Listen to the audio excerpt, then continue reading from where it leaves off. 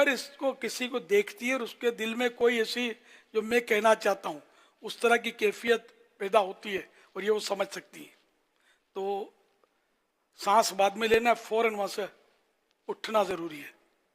یہ سانس لینا اس لیے بولتا ہوں کہ بالکل کوئک، اب تھوڑا یوں دیکھ لوں نہیں، اباؤٹ ٹرن، پلٹ پڑے، بس اتنی ہی اجازت ہے دیکھنے کی کہ جس میں کوئی مطلب ہے کہ ایسی کیفیت نہ ہو۔ یہ ہے خطرے والی بات، عورت کا دیکھنا بہت خطرے والی بات ہے۔ میں تو یہی مشورے دیتا ہوں کہ نعتیں بھی سننا، نعتوں میں تو ویسے ایک طرح کا جادو ہوتا ہے ترنم میں، تو نعتیں تو بڑے شوق سے دیکھتی ہیں عورتیں جو مذہبی اپنے آپ کو سمجھتی ہیں، یہ مذہبی نہیں ہوتی، کیونکہ یہ اپنے فین ہوتی ہیں کسی مخصوص نعت خوان کی، ان کی تصویریں لگاتی ہیں، ان کے کلام وائرل ایک دوسرے کو بھیجنا اور ان کی باتیں کرنا نعت خوانوں کی، یہ میری معلومات ہوئی ہے اس طرح یہ کرتی ہے۔ تو یہ اپنے آپ کو مذہبی نہ سمجھیں، یہ جہنم میں جانے والوں کی لائن میں کھڑی ہوئی ہے۔ نعتوں کی آڑ میں شیطان نے ان کو پاگل کر دیا ہے، باولا کر دیا ہے، باولی کر دیا ہے، کہ جو یہ نوجوان نعت خوانوں کو پسند کرتی ہیں۔ ولا حول ولا قوت الا باللہ، سانس بعد میں لے، پہلے توبہ کریں اس حرکت سے، اپنے پیجز سے، اپنی جہاں بھی اس کو لگایا ہوا ہے سب سے ہٹا دیں۔ آپ نعت خوان نہیں، آپ رسول اللہ صلی اللہ علیہ وسلم کے ہم عاشق، ہم ان کے غلام ہیں، نعت خوانوں کے نہیں۔ تو میں اسی لیے پسند کرتا ہوں کہ جو نعت خوان دنیا سے چلا گیا، جیسے حاجی مشتاق ہمارے مشہور ہیں، مرحوم ہیں، یہ فوت ہو، ان سے یہ کیفیت کا ہونا کم چانس ہے، ان کی نعتیں سنیں۔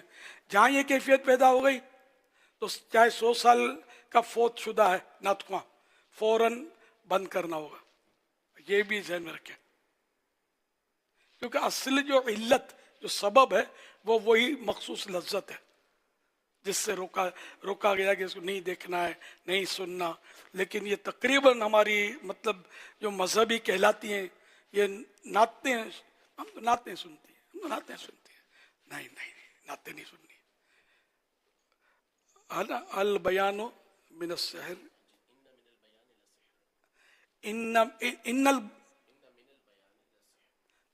ان من البیان للسحر، بے شک بیان، بے شک کچھ بیان جادو ہوتے ہیں، یہ بخاری شریف کی حدیث ہے۔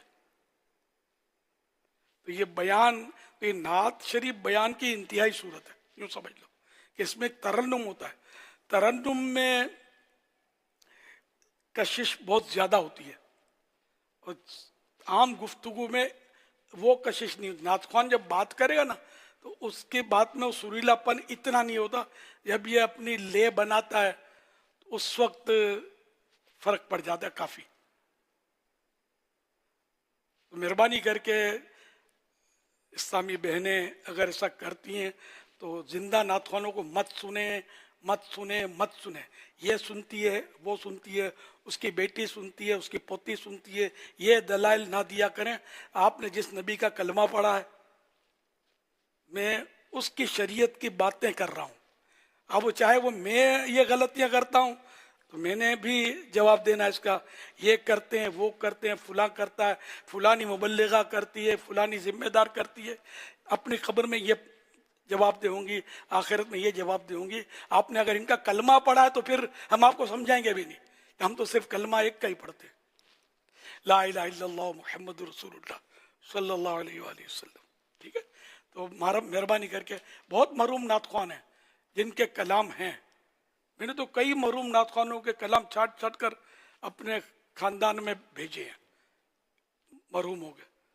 میرے پاس جتنے مرحوم نعت خوانوں کے کلام ہوں گے شاید ہی کسی کے پاس ہو۔